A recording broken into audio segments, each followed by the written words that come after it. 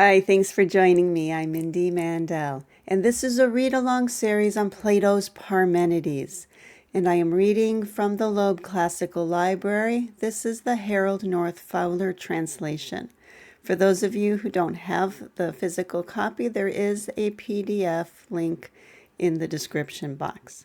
Well, we are currently looking at the second hypothesis, and this is looking at wholes, at the gods. We'll get into partial souls from the third hypothesis on. But what we are looking at here are wholes, and we saw last time the unfolding of reality from the intelligible being all the way down through the realm of nature. From today, we're going to be looking at the gods of the mundane realm, and it starts with the equal and the unequal. And so it opens here, and this is 149e. It opens here with this question. And is the one both equal and unequal to itself and the others? How is that? What we're going to see here is that the others is not going into the realm of partial souls. It is staying within the realm of the eidos. We'll see that very soon.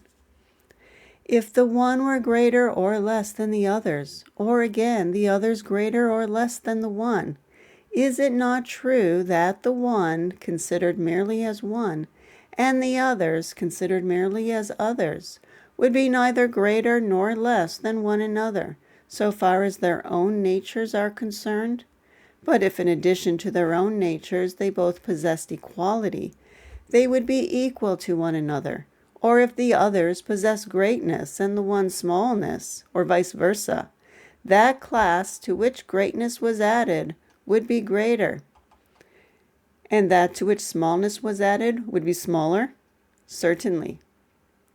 These two ideas, there's eidos, greatness and smallness, they exist, do they not? And this is really clarifying that we are looking at the eidos here. They exist. They're not in the realm of becoming. They truly are. They exist. They have true subsistence. So these two ideas, greatness and smallness, exist, do they not? For if they did not exist, they could not be opposites of one another, and could not come into being in things. That is obvious. Then if smallness comes into being in the one, it would be either in a part or in the whole of it, necessarily. What if it be in the whole of one? Will it not either be on an equality with the one, extending throughout the whole of it, or else contain it? Clearly. And if smallness be on an equality with the one, will it not be equal to the one? And if it contain the one, greater than the one? Of course. But can smallness be equal to anything or greater than anything, performing the functions of greatness or equality and not its own functions? No, it cannot. Then smallness cannot exist in the whole of the one, but, if at all, only in a part of it. Yes, and neither can it exist in a whole part, for then it will behave just as it did in relation to the whole.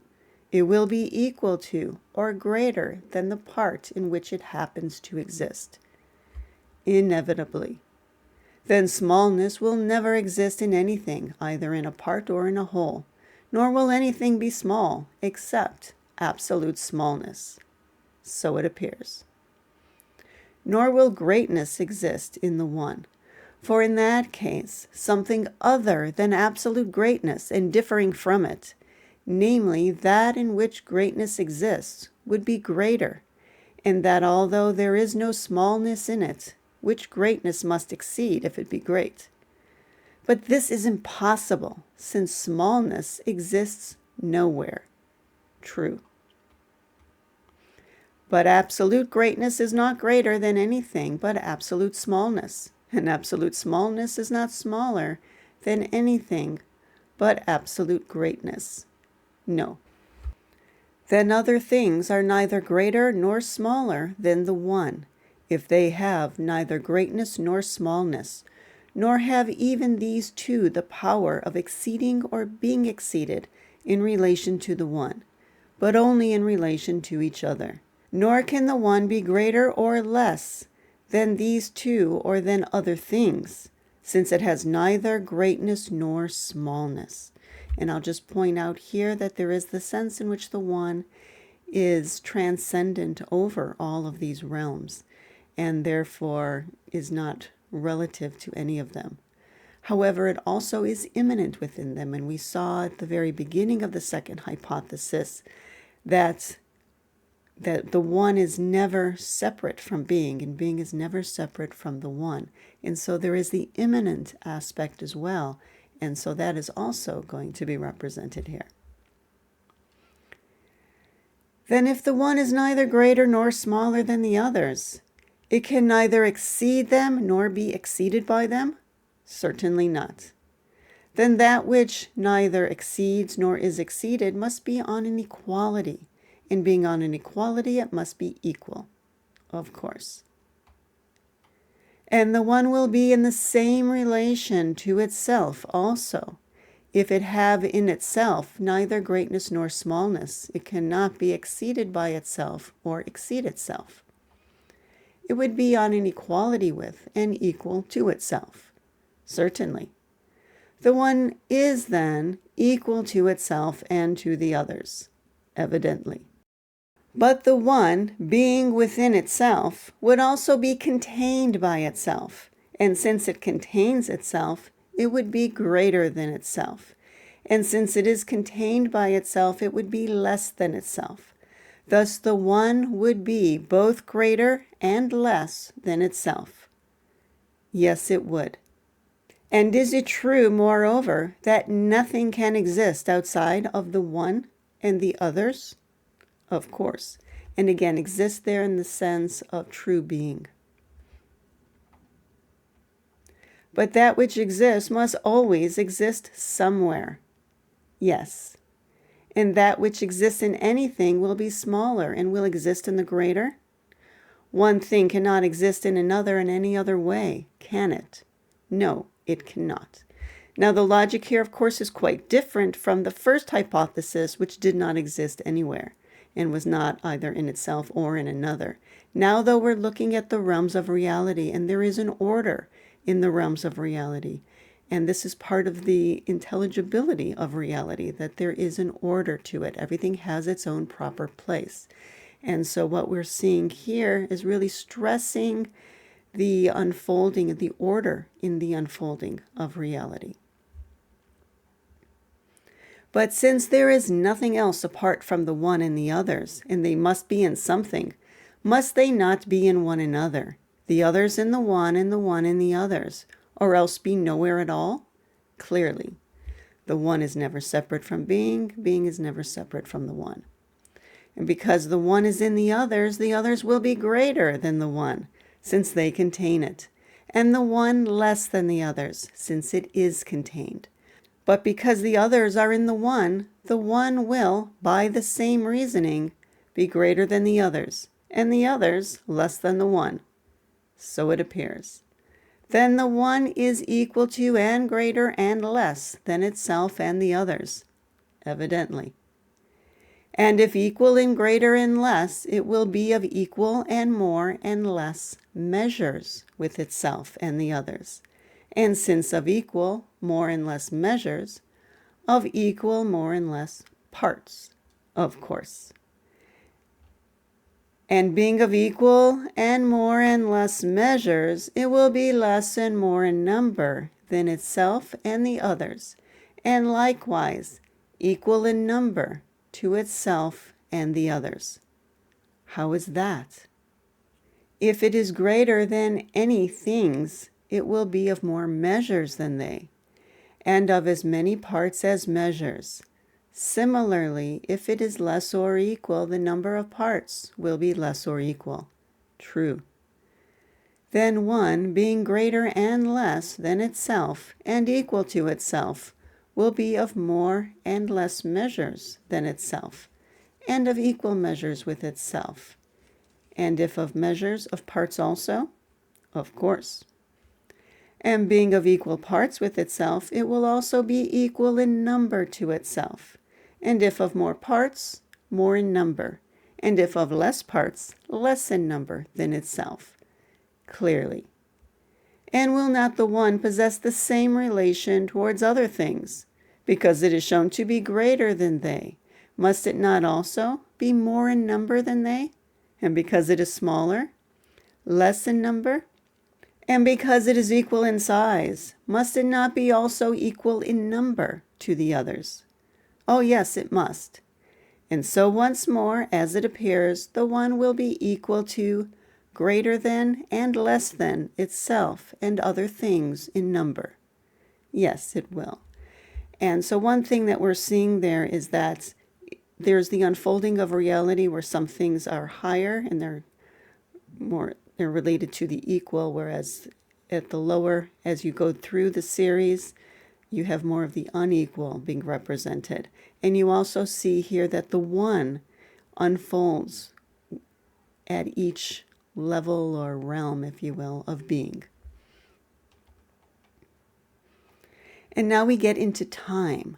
Now, this is very curious if we're looking at wholes. Why would time even be here? And how can you have a becoming? Proclus ties this to divine souls that are perpetually unfolding and coming to be in time. And as we go through this, it fits very nicely. So I really like his way of reading it. And we will see this as we go on. So you want to think of divine souls. The perpetual is that which is always unfolding, whereas the eternal, like the intelligible realm that is eternal, is outside of time. The perpetual is perpetually unfolding throughout the whole of time. That's what we're looking at here. And does the one partake of time? And if it partakes of time, is it and does it become younger and older than itself and other things? And neither younger nor older than itself and the others? What do you mean? If one is, it is thereby shown to be. Yes, but is to be anything else than participation in existence together with present time, just as was denotes participation in existence together with past time, and will be similar participation together with future time? True. Then the one partakes of time if it partakes of being. Certainly. And the time in which it partakes is always moving forward? Yes. Then it is always growing older than itself if it moves forward with the time. Certainly. Now, do we not remember that there is something becoming younger when the older becomes older than it? Yes, we do. That question, do we not remember? That's a reference back to the first hypothesis. And again, what we're seeing here, it could be the cyclical nature of divine souls. Then the one, since it becomes older than itself, would become older than a self, which becomes younger? There is no doubt of it. Thus the one becomes older and younger than itself. Yes. And it is older, is it not? When in becoming older, it is in the present time, between the past and the future. For in going from the past to the future, it cannot avoid the present. No, it cannot. Then is it not the case that it ceases to become older when it arrives at the present, and no longer becomes, but actually is older?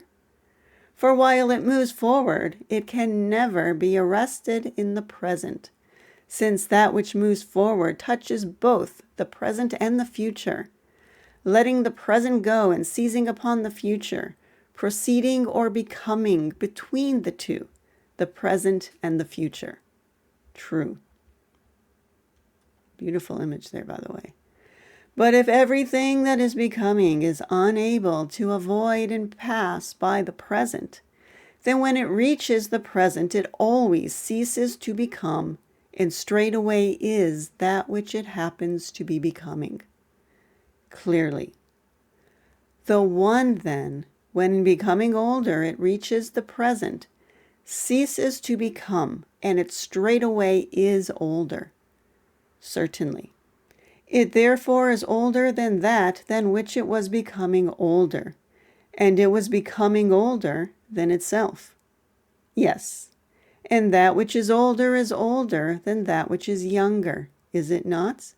It is. Then the one is younger than itself when in becoming older it reaches the present, undoubtedly. But the present is inseparable from the one throughout its whole existence, for it always is now, whenever it is, of course. So now he has introduced the perpetual now. So we see divine souls that are perpetually moving throughout the whole of time through us in a cyclical nature. And yet he's also at the same time simultaneously introducing the perpetual now. And incidentally, for our practices, we find that the perpetual now is one doorway to the eternal. So it's quite significant to our practice. Always then, the one is and is becoming younger than itself. So it appears. And is it or does it become for a longer time than itself or for an equal time? For an equal time. But that which is or becomes for an equal time is of the same age. Of course. But that which is of the same age is neither older nor younger. No. Then the one, since it is and becomes for an equal time with itself, neither is nor becomes older or younger than itself. I agree. Well then, is it or does it become older or younger than other things? I cannot tell. But you can at any rate tell that the others, if they are others and not an other, plural, not singular, are more than one. For if they were an other, they would be one. But since they are others, they are more than one and have multitude. Yes, they have. And being a multitude, they would partake of a number greater than one. Of course. Well, which shall we say come and have come into being first? The greater or the smaller numbers? The smaller. Then the smallest comes into being first, and that is the one, is it not? Yes. The one, therefore, has come into being first of all things that have number. But all others also have number, if they are others and not an other. They have. And since it came into being first, it came into being, I suppose, before the others, and the others later. But things which have come into being later are younger than that which came into being before them. And thus the other things would be younger than the one, and the one older than the other things. Yes, they would. And so here he is showing the one that is at the head of the series of all of the gods that unfold. But now he also has to show us the one as immanent in the unfolding of reality. So that comes next. Here's another question. Can the one have come into being contrary to its own nature, or is that impossible? It is impossible. But surely the one was shown to have parts, a beginning, a middle, and an end. Yes. And the beginning of everything, of one and everything else alike, comes into being first, and after the beginning come all the other parts until the end arrives. Do they not? Certainly. And we shall say also that all these others are parts of the whole and the one, and that it has become one and whole at the moment when the end arrives. Yes, we shall say that. The end, I imagine, comes into being last, and at that moment the one naturally comes into being. So that if the absolute one cannot come into being contrary to its own nature, since it has come into being simultaneously with the end, its nature must be such that it comes into being after all the others. That is clear. Then the one is younger than the others, and the others are older than the one. I think that is clear too. Well, must not a beginning or any other part whatsoever of one or of anything else whatsoever, if it be a part, not parts, be one, since it is a part? It must. Then the one would come into being simultaneously with the first part and with the second, and it is not wanting in any part which comes into being in addition to any part whatsoever which may precede it, until it reaches the end and becomes complete one. It will not be wanting in the middle, nor in the first, nor in the last, nor in any other part in the process of coming into being. True. That's the immanent one that unfolds with the realms of reality. And now he's going to make it even stronger. Then one has the same age as all the others, so that the absolute one, unless it is naturally contrary to nature, could not have come into being either before or after the others, but only simultaneously with them. And by this reasoning, the one would be neither older nor younger than the others, nor the others than the one, but of the same age.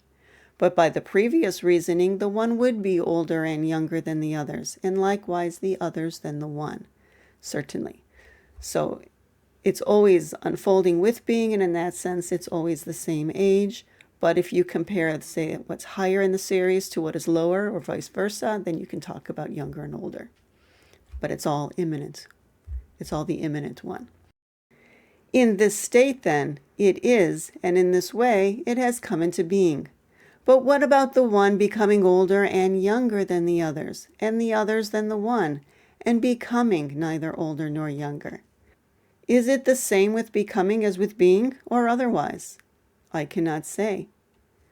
But I can say as much as this, that even if one thing be older than another, it cannot become older by any greater difference in age than that which existed at first, nor if younger can it become younger by any greater difference. For the addition of equals to unequals, whether in time or anything else whatsoever, makes the difference always equal to that which existed at first. Yes, of course. Then that which exists can never become older or younger than that which exists, if the difference in age is always the same. But it is and has become older, and the other is and has become younger, and it does not become so. True. And the one, since it exists, never becomes either older nor younger than the other things. No, it does not. But see whether they become older and younger in this way. In what way? Because the one was found to be older than the others, and the others than the one. What then? When the one is older than the others, it has come into being a longer time than the others. Yes. Then consider again. If we add an equal to a greater and to a less time, will the greater differ from the less by the same or by a smaller fraction? By a smaller fraction. Then the proportional difference in age which existed originally between the one and the others will not continue afterwards. But if an equal time be added to the one and the others, the difference in their ages will constantly diminish, will it not? Yes, a very clever argument, right? And that which differs less in age from something than before becomes younger than before in relation to those things than which it formerly was older. Yes, it becomes younger. But if the one becomes younger, must not those other things in turn become older than formerly in relation to the one? Certainly. Then that which came into being later becomes older in relation to the older, which came into being earlier. Yet it never is older, but is always becoming older.